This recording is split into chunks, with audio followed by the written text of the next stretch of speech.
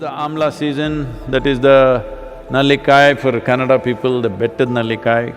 So right now the season is on, not those huge, golf ball kind of Amla. That is all hybrid Amla, that is also okay if you don't find anything else.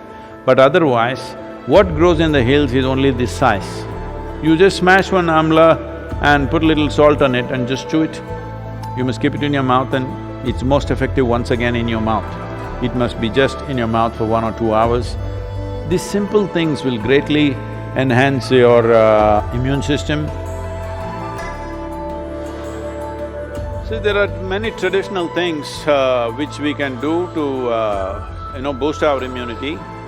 The simple thing that we do when we see that we are exposed to infections, when we're traveling, if we see there are viral infections or influenza going on, all these years of my visits to United States, I don't catch influenza when it's running rampantly all over. The simple thing is just this: hot water, a little bit of honey, little bit of turmeric, and if it is possible, some pudina or coriander in it a little bit. Right now, this is what we are doing to all the police personnel and the medical personnel in our region. We are providing them what is called as Nilavembu Kashayam, which works very well. We did this across Tamil Nadu when the dengue fever was on, it made a big difference. Instead of drinking just plain water, if they just drink this as a part of their thing, I think it will definitely help. It has helped me. I'm just telling you grandmother stuff, not medical stuff, okay? But it's worked. It worked for my grandmother, it worked for me.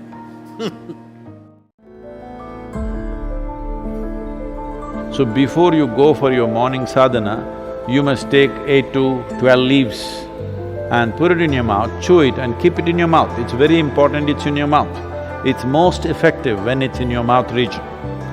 So you must keep it in your mouth, chew it for 1 to 2 hours, let it be there, don't wash it up, don't drink it down, let it just be there in the mouth, do your sadhana with that. Turmeric balls every day mixing up, you consume this in the morning and leave it in the stomach before you eat anything, at least for 1 hour. The Harvard University, in collaboration with the Beth Israel Hospital, medical center in United States, together they're conducting a research on how the yoga practitioners, people who have been doing some yogic practices, how do they respond to a virus like this? What is their resilience? Are they surviving better? I'm 100% sure they're surviving better, but we need, medical evidence for this, but I'm 100% sure because I have not heard of a single case of any of our meditators dying. So, yoga doesn't come through blood. You gotta do it. That's the only problem with the damn thing. It works miraculously, but you have to do it. So, what we're doing, this simple mantra, you must understand, what we are calling as a mantra is just a certain geometry of sounds. If properly uttered, this mantra is particularly designed to generate what is called as Samat Prana. There are 5 dimensions of pranavayu in the system. Samat Prana is that which is in charge of respiratory process and the thought process, and it generates heat. Well, the pranavayu is fundamentally in charge of respiration and thought process, but without the fire of Samat Prana, pranavayu cannot function. So this is why any kind of kriya or pranayam that you do, first thing is to generate some heat, because without generating the ushna, the other dimensions cannot really fly. So, one thing is to generate heat because this will also greatly enhance one's immune system. Well, building up immunity is not going to happen overnight, this we must know. I would say in 4 to 8 weeks, one can see significant betterment of one's immune system.